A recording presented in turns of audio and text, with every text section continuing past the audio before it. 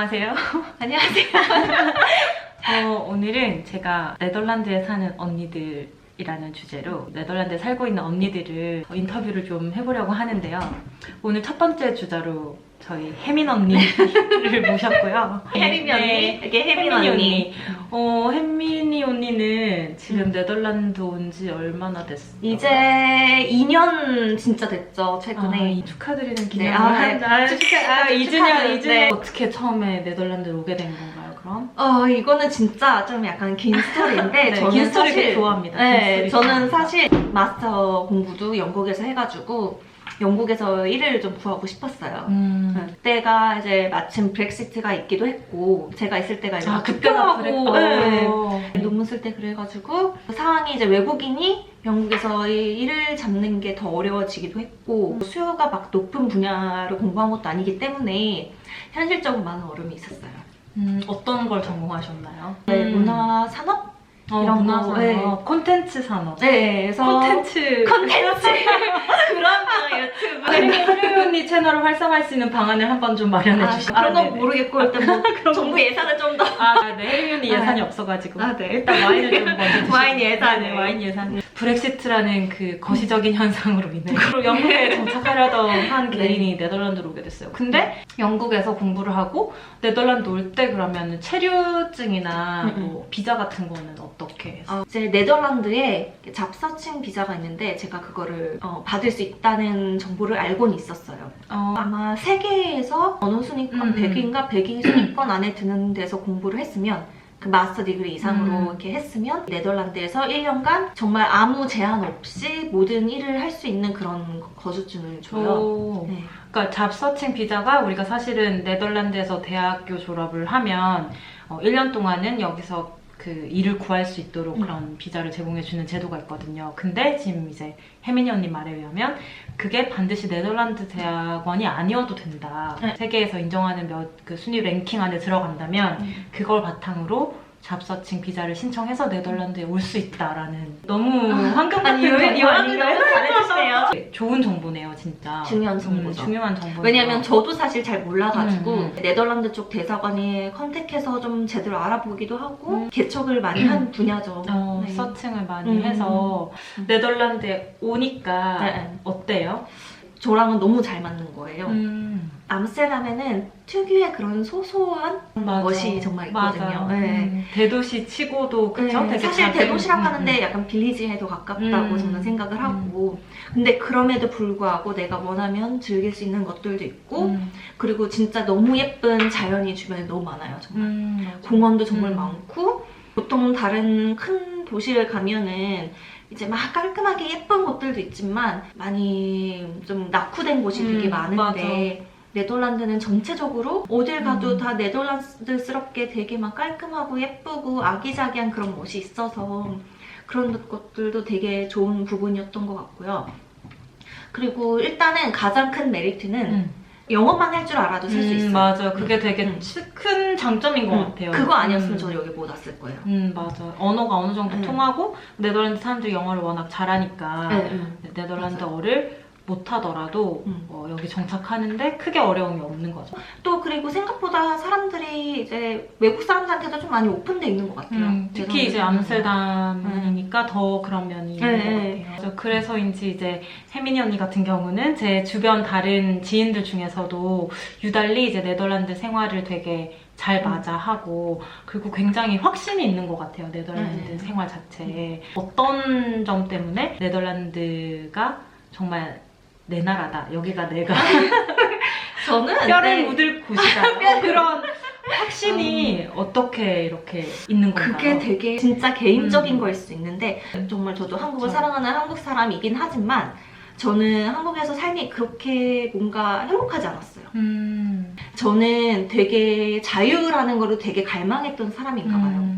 자유를 갈망했어요, 우리 혜민이 언니가. 네.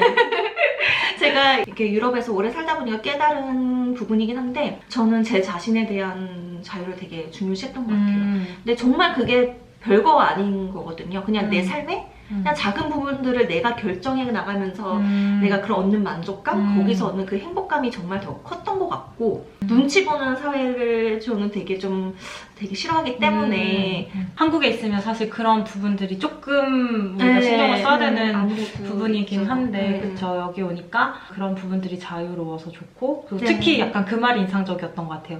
내가 조그만 선택이지만 그런 선택들을 자유롭게 할 수 있는 거. 그러니까 그 선택의 자유가 주어지는 걸 굉장히 중요하게 생각하는 네. 것 같아요. 그렇죠. 혜민이 언니가. 네.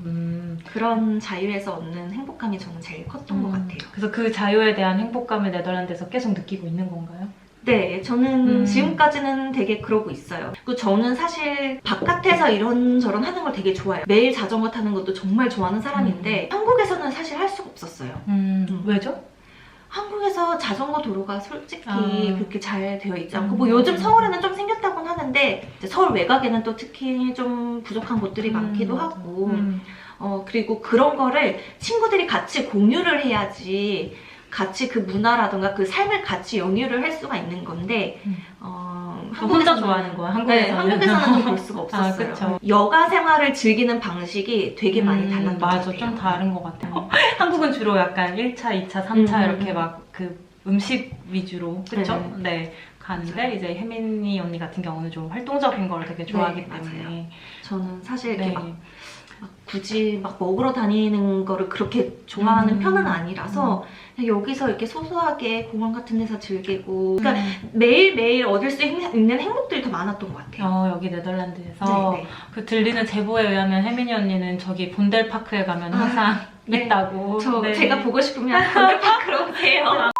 영국에서도 생활을 해봤고 네네, 지금 그쵸. 네덜란드에서도 생활을 하고 있잖아요. 그 두 나라의 삶을 비교하면 또 어떤가요? 정말 차이가 크죠. 일단 저는 런던에서 살았었고요. 한 2년 좀 넘게 있었던 것 같아요. 근데 제가 경험했던 런던의 모습은 정말 화려한 그 자체요. 돈만 있으면 모든 걸 다 가질 수 있는 그런 도시 중에 하나였던 것 같아요. 물론 저는 돈이 별로 없어서 그런 걸 다 가지지 못했지만 런던이라는 곳이 아무래도 빈부격차가 되게 크고 맞아요. 내가 어딜 가더라도 정말 좀 차려입어야지 좀 대우받을 수 있다라는 생각이 좀 드는 곳이기도 했고 약간 어떻게 보면 허영심이라고도 할 수 있는데 내가 그렇게 많이 꾸미고 이렇게 다녀야 하는 그런 맞아요. 곳이었어요. 그때 입던 옷 지금 못 입고 있다고. 네, 그냥 아니야, 다 오장에 있다고. 네, 가져오진 않았어요, 한국에서. 그리고 집값도 네덜란드도 비싸지만 영국은 훨씬 더 비싸가지고 특히 런던이라서. 네, 런던이라서 진짜 조그만한 방에다가 상태가 별로 좋지 않은 방인데도 뭐 엄청 비쌌죠. 그러니까 결론적으로 어떻게 보면은 돈이 있어야 네, 돈 있는 사람들한테 정말 행복할 수 있는 나라인 거죠. 그거에 비해서 네덜란드는 그거에 비해서 네덜란드는 물론 여기도 같은 사회니까 그런 게 없는 게 아닌데 영국이랑 비교했을 때는 돈이 좀 들지 않아도 제가 즐기고 할 수 있는 게 많아요. 좀 소박하게 네, 소박하게. 즐거움을 찾는 편인 것 같고 그쵸? 네, 맞아요. 영국은 되게 화려하게 좀 그럼 입는 스타일도 정말 맞아요. 다른 되게 게 달라요. 내가 항상 차려입어야 된다라는 그런 압박감 같은 거에서 어떻게 보면 해방이 된 것 같아요. 여기 와서 네, 네덜란드 와서 네. 제가 또 자전거를 맨날 타다시피 하니까 저는 아무래도 자전거에 타기 편한 그런 바지, 청바지 이런 거 더 잘 입게 되고 혹시 내가 이런 점은 네덜란드보다는 영국이 더 좋았다 이런 점이 문화생활 자체는 영국이 더 기회가 많았죠. 맞아. 그러니까 몇 파운드만 내면은 솔직히 내가 발레 좋아하면 발레도 보러 갈 수 있었고 뭐 오페라 공연도 있고 제가 정말 좋아하는 뮤지컬의 천국이었죠. 맞아 뮤지컬이 많으니까 그리고 뭐를 사려고 해도 좀 선택지가 좀 더 많았던 것 같아요. 맞아요. 쇼핑할 수 있는 곳이 더 많았죠. 브랜드도 네. 확실히 많고 네, 그쵸? 그렇죠. 그러면 이제 좀 힘들었던 시기에 얘기를 해보자면 있죠. 네덜란드 처음 와서 사실 연고 없이 와가지고 네네. 그 비자가 있었다곤 하지만 1년이라는 어떻게 보면 그 기간이 정해져 있는 네. 건데 그때 뭐 잡을 구한다거나 이런 게 좀 쉬웠는지 너무 어려웠어요. 솔직히 말하자면 저는 그 초기 6개월이 정말 저한테서 힘든 시기였던 것 같아요. 정말 아무도 모르는 상태에서 왔으니까 저는 그런 모든 거를 다 제가 혼자 해나갔어야 되는 거예요. 집 구하고 뭐 네네. 이런 것들. 왜냐면 비자도 사실 여기 와서 도착해서 신청을 하는 거였거든요. 네. 우리가 어차피 무비자로 3개월 있을 수 있으니까 그냥 들어와서 네, 그렇게 와서 여기서 비자를 신청하는 거였거든요.